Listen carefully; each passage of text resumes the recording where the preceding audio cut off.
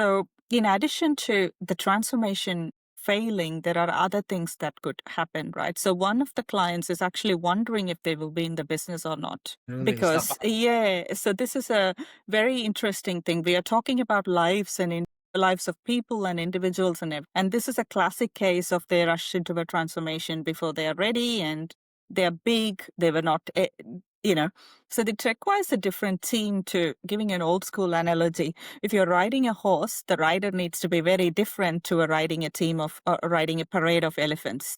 Elephants need time, the space. Yes, they walk slow, but when the elephants start when they start moving, there is no way to stop it. With a horse, that you can actually pivot and change and everything. So it's like when you're big, take more time.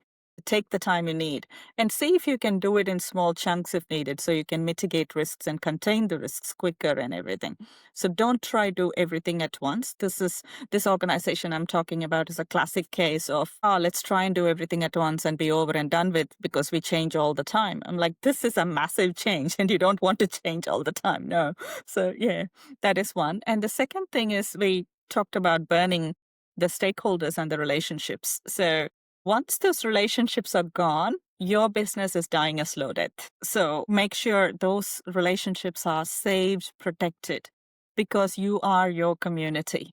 As individuals, let's say a group decides to fight with everyone. Naturally, that group is going to get, sidelined or whatever it is. As organizations, it's the same thing. Everyone's trying to help you, serve you, and everything. Stakeholders are doing their best. But if you continue doing whatever mistakes it is and rushing into things, then eventually that. and in people that are getting to that stage of looking into phase zero and how they're going to approach it, I know some people can feel that it's going to be slow, uncomfortable, and there's going to be a lot of questions asked. You mentioned before the quick wins. People might not see them, and they might think, "Oh, Yeah. there's no quick wins in that sort of process." How do you keep teams motivated and confident during that phase zero Mhm. period? Those who need, but So, I mean, I probably don't realize the importance Mhm. of, having that phase zero. I mean, it's got the future of your business in its Absolutely. hands. This project. I mean, we've seen obviously the horror stories,